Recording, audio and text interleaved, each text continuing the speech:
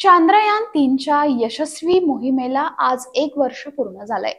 23 August 2023 या दिवशीच चंद्राच्या पृष्ठभागावर उतरणारा भारत चौथा देश ठरला होता। तसंच चंद्राच्या दक्षिण ध्रुवीय प्रदेशात पोहोचणारा पहिलाच देश भारत त्यावेळी ठरला होता। या ऐतिहासिक कामगिरीचा गौरव करण्यासाठी पंतप्रधान नरेंद्र मोदी यांनी हा दिवस राष्ट्रीय अवकाश दिवस म्हणून साजरा करण्याची घोषणा केली होती। त्यानुसार आज देशभरात पहिला राष्ट्रीय अंतराळ दिवस साजरा करण्यात येतोय।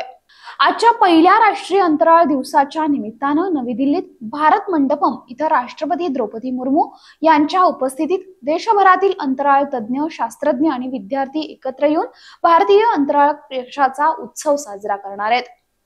यंदाच्या राष्ट्रीय अंतराळ दिनाची संकल्पना चंद्राला स्पर्श करून जीवनाला स्पर्श, भारताची अंतराळ गाथा अशी आहे। या दिवसाच्या निमित्तानं भारताच्या अंतराळ क्षेत्रातील उपलब्धी आणि भविष्यातील उद्दिष्टांवर प्रकाश टाकण्यात येणार आहे।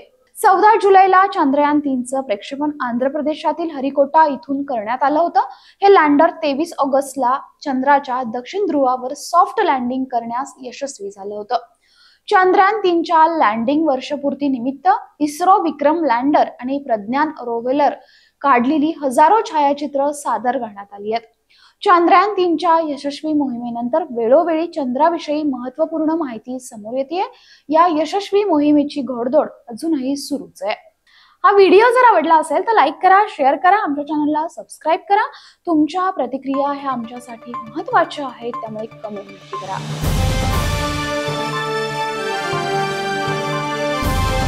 समाजकारण, प्रशासन आणि राजकारणातल्या अचूक विश्लेषणासाठी बखर लाईव्हच्या सोशल मीडिया प्लॅटफॉर्म्सना लाईक, फॉलो आणि सबस्क्राईब करा।